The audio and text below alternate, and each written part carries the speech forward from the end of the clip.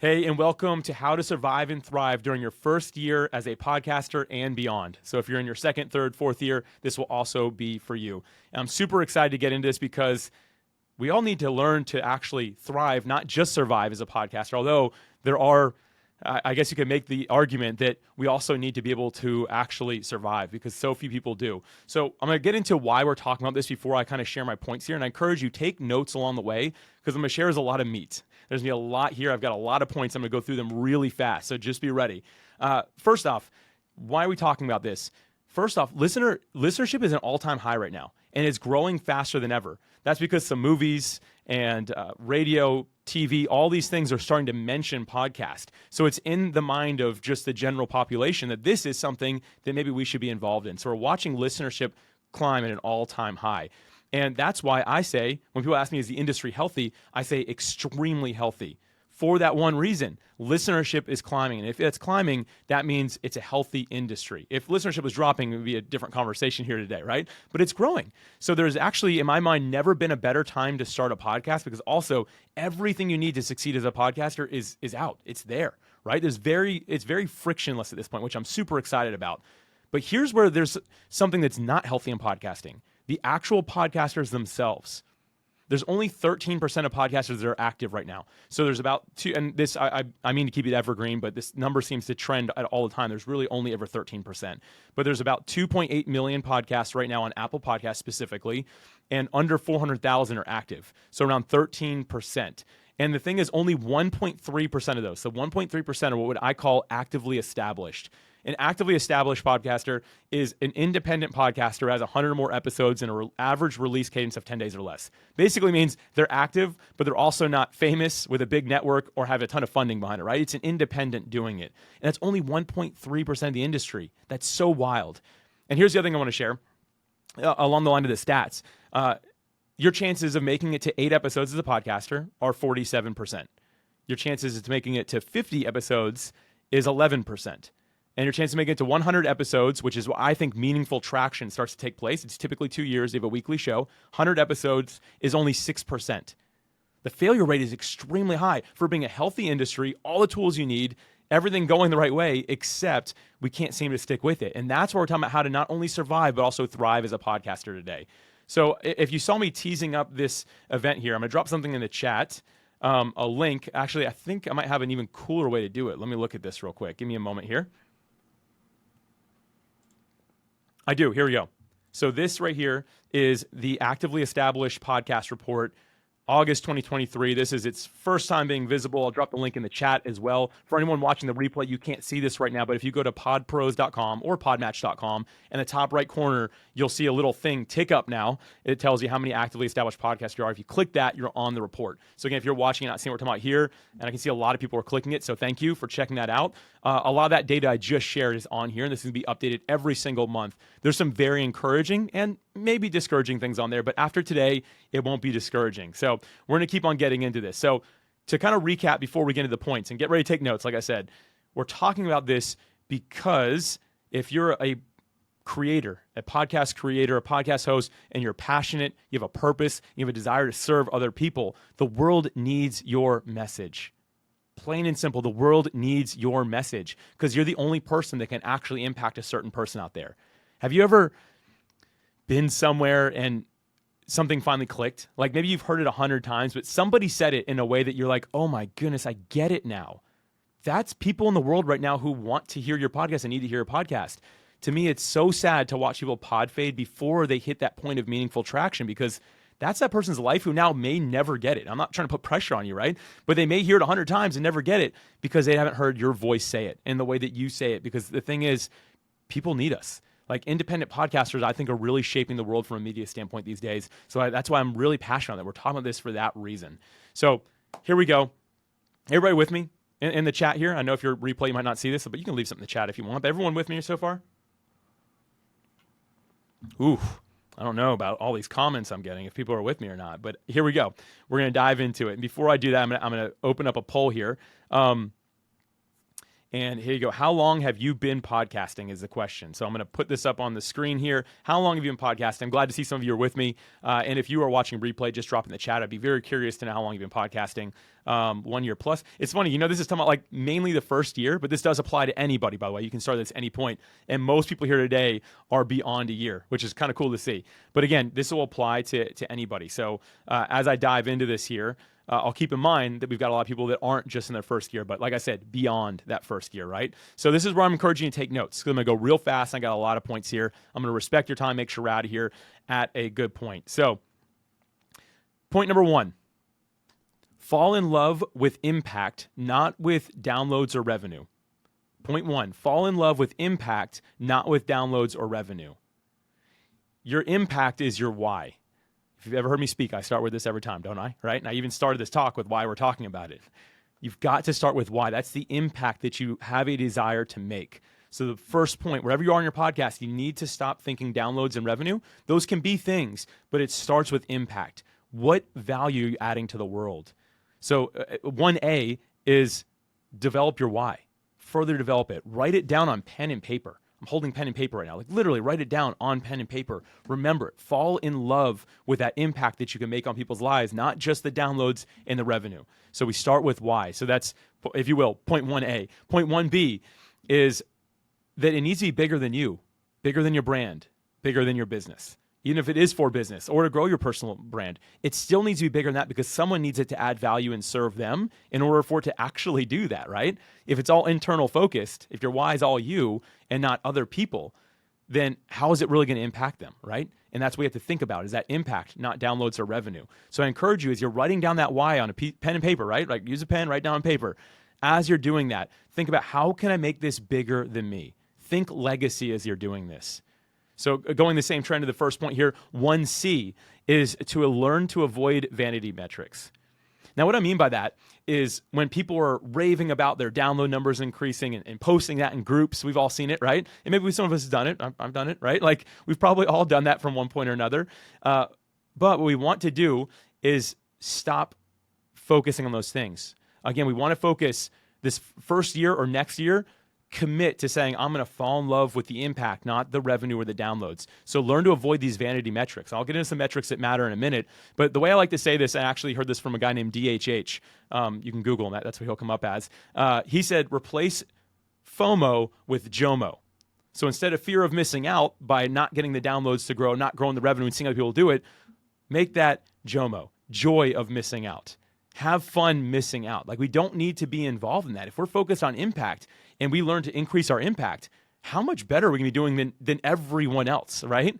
The people that go the furthest in life, if you look at history, people who have changed the world, they made an impact. They weren't focused on downloads and revenue, right? I know I'm relating it to the podcast, but in general, it's people that didn't look at the vanity of it. They missed out on a lot of things in their life probably, but they had the joy of missing out, knowing that they were actually going to change somebody's life. So again, this first point, fall in love with impact, not with downloads or revenue. And those are my 3 sub-points with that.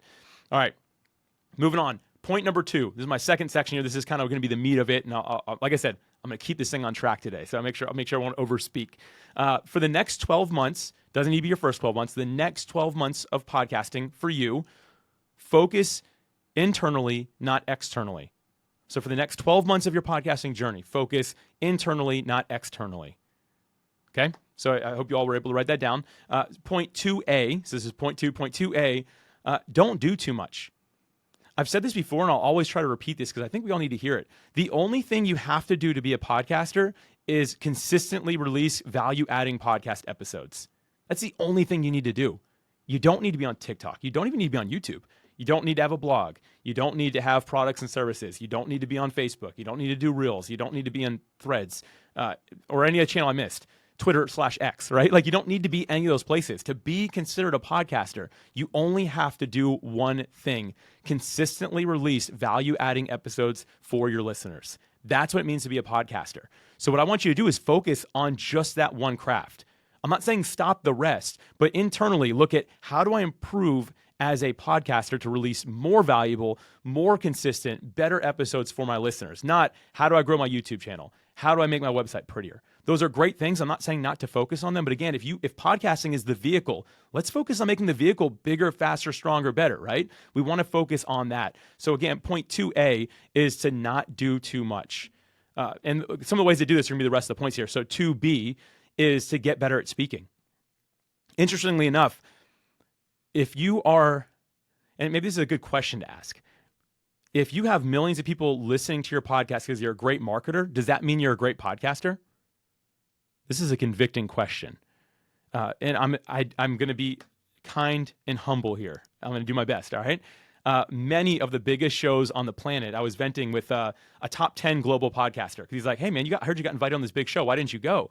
And I just told him, like, because they're an awful podcaster. He's like, what? He's like, they have like 5 million downloads a month. I was like, they suck. Like, they don't know how to interview people. They don't know how to speak. And then it hit me. I'm like, oh, it's because they're not a podcaster. They're an expert marketer that just happens to use their podcast as the vehicle to market, right? And so I'm not trying to be rude or mean, but most of the top 1,000 podcasters are absolute garbage. Not all, most. They're not good at it, but they're good marketers. But here's the thing. If you're the best marketer in the world, and they see this, they have a super high churn rate. Here's their front door of their podcast, because their front door is big, because they're really good at it, right? But guess what? Their back door is 100 times the size of their front door. They're bringing 1 million new people per month, and 999,000 are leaving the next month because it's awful content. They're good marketers, not podcasters. If you want to be a good podcaster, stop letting people leave. And the way you stop letting people leave is you be really, really good. I don't mean super polished. Be human. Be yourself. Learn to develop your own voice, because that's what people are going to fall in love with ultimately. But learn to be really good at it. So guess what? Your front door, because you might not be a marketer, might be small. But if your back door is almost non-existent and everyone sticks with you for the long haul, you're a good podcaster. And I think that most people don't get this. We live in a world where marketers are kind of king, which I don't agree with at all. But it doesn't mean you're a good podcaster just because you have a big show. As a matter of fact, I have found the opposite to be true. I don't go on any big shows because I know it's going to be a crappy interview because they don't know how to interview, right? Like, they're just lucky or skilled marketers. And I digress. Like I said, I'm going to be nice. There are outliers, of course. But in general, get better at speaking. Point 2B is to get better at speaking. Develop, learn, grow. That's the best thing that you can be able to do for your long term to make that back door smaller, because as you get listeners, they'll hang with you forever.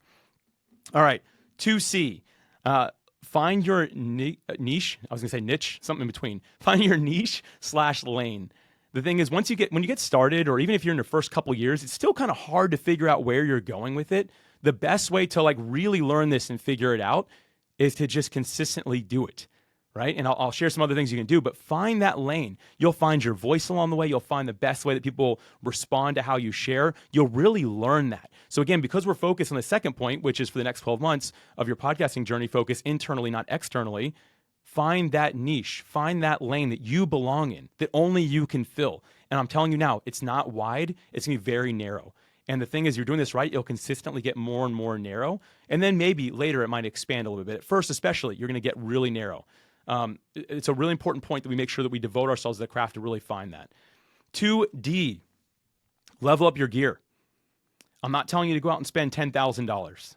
I'm not telling you to go spend $10,000 like on a studio. As a matter of fact, everything you see here, I have a link to this. I think it's podpros.com/setup. It is. You can see how I do this setup. I think everything, if you take like the laptop out of it, which had a little bit of cost to it, the rest of it cost me like under $1,000 to do this. This is like my office at home. And that's where I do all this. I'm not telling you to spend a lot of money, but if you don't have a microphone, you're talking in your computer, invest. If you're serious about it, continuously level up your gear. For me, what I'm using right now, again, a couple $100 total, I'm not going to change any of it. This is my forever gear, but it took me time to get to this. I think I had 3 microphones before this one that I now love, and it's a great mic, right? Level up your gear so you have a great sound for your listeners, because you don't want them being in the car and turning it up when your guest is speaking and turning it down when you're speaking, right? No one likes that. Or turning up the volume as loud as they can while they're going for a run and still can't clearly hear you. You want to make sure it's a good experience, and good gear will definitely help with that. All right, 2E, get your podcasting tool set in order. Because you have the next 12 months here, again, I'm not telling you to go out and just invest in all the most expensive, best like tools for podcasters, right? But I'm telling you, start finding the things that work for you. Establish what you use.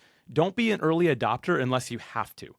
And what I mean by that is find the tools that have been proven, that work, that simplify the process. If there's something that's causing friction, go find another tool out there. Look for it, right? You want to get your tool set in order while you're focused internally, because that'll help you stay consistent long term. The best way to do that is just go out there and start looking at your biggest friction point. If you're like, oh my gosh, editing is the toughest thing for me. Well, maybe your tool set is to outsource editing. Or maybe it's to use a modern tool like Descript, right? That lets you do it very easily. Maybe it's something along those lines. So keep that in mind. Like, your podcasting toolkit is extremely important. You want to get that in order. As a matter of fact, there's data to show that people that use a certain tool set of podcasting gear succeed more than others. Like, it's interesting how substantial the number increases of your chances of success just by using the right stuff. Because again, it removes the friction. That's one of the reasons people quit. All right, 2F. I told you I got a lot of points here, right? 2F is to evaluate your data properly.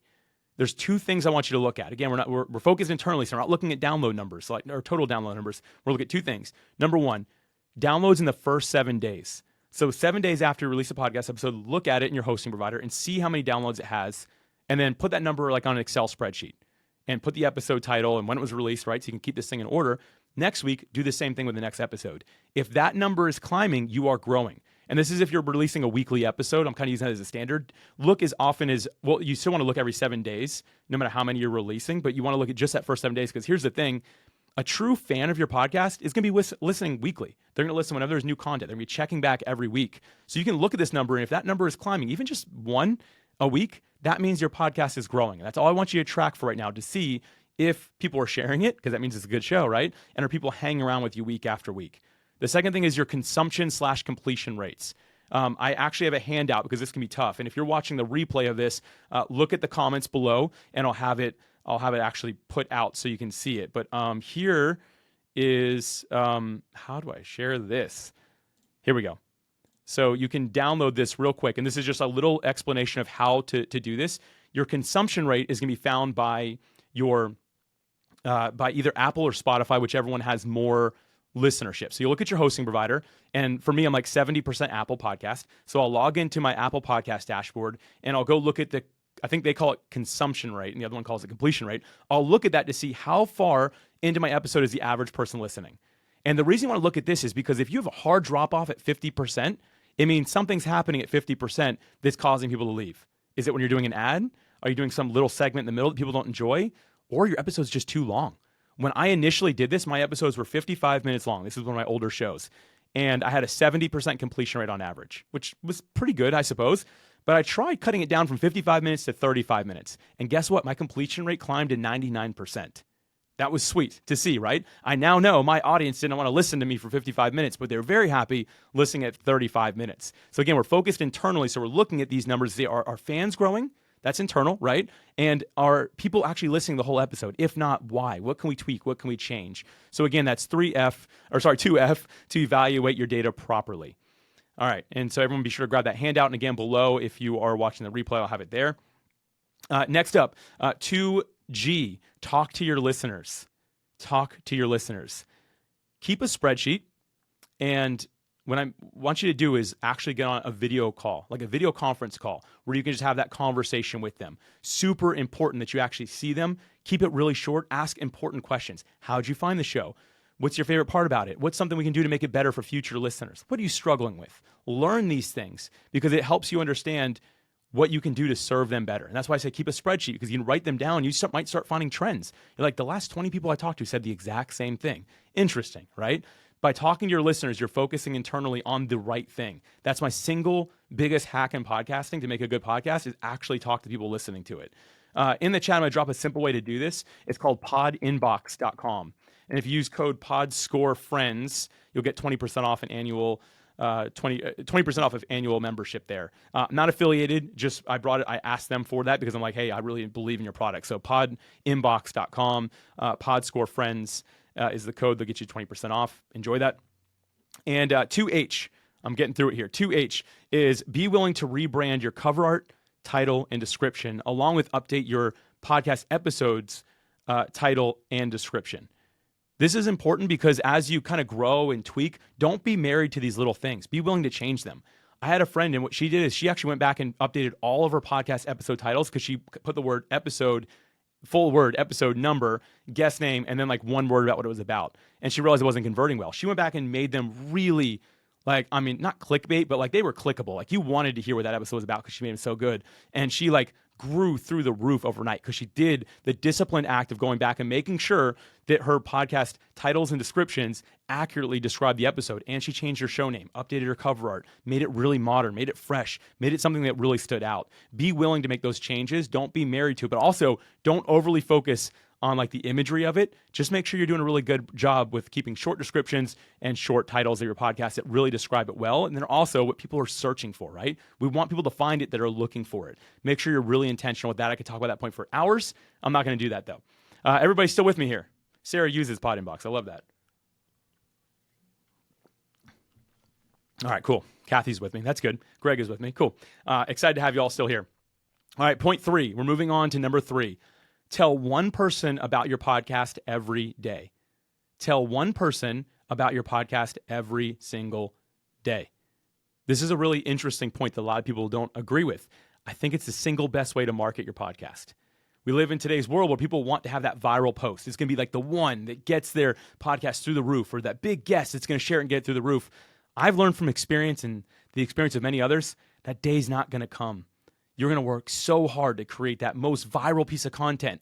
And the 1% of 1% are the ones that hit that. It's just pure luck that it works. And anyone will tell you that, even the experts. You never know when that's going to happen. So don't aim for that. Instead, you want to know how I've grown my show? I think it's the second biggest podcast about podcasting in the world. I'm thankful for that. I'm not trying to brag about it. I've only done one tactic. Every single day, I tell one person about my show. Now, that doesn't mean I share it in Facebook groups. So I have the 3 subpoints here. So 3A is to get good at sharing it tactfully. What I do is I find conversations happening online through forums, social media, or just even face-to-face interaction, and I ask questions first. Hey, you mentioned that you're having trouble figuring out like the getting YouTube implemented for your podcast because of the video.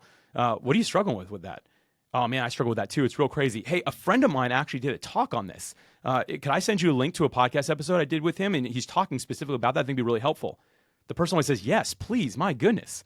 I sent it to them. Guess what? There's not one new listener that day, and they almost immediately become a fan because they know me now. We've had a conversation.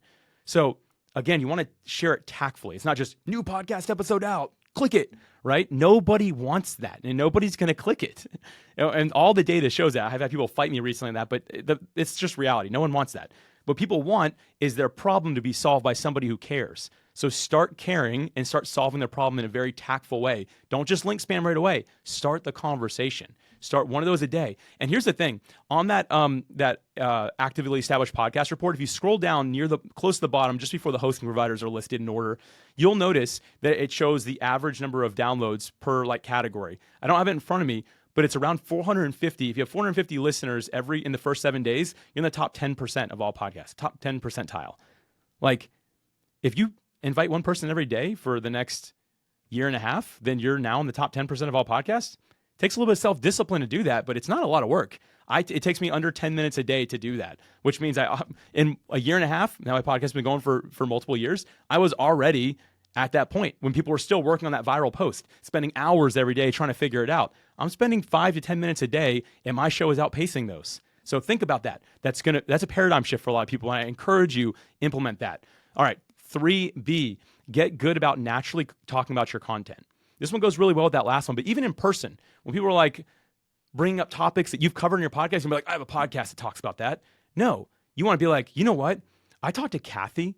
She came on a podcast and she actually shared a story that sounds really similar to yours about how she kind of went through this troubling time. And here she is. And I don't mean to pick on Kathy, by the way, who I just saw post something, but I'm just saying that as an example, because now that person may be like, oh, wow, it's super interesting. Can you share me that? Or share that with me? Like, can you give me a link to that? Instead of saying, I got a podcast, covers that topic all the time. Everyone's like, cool, no one cares, bro, right? What people care about is you noticing their problem. Get good about naturally talking about your content, not your podcast, the content within your podcast.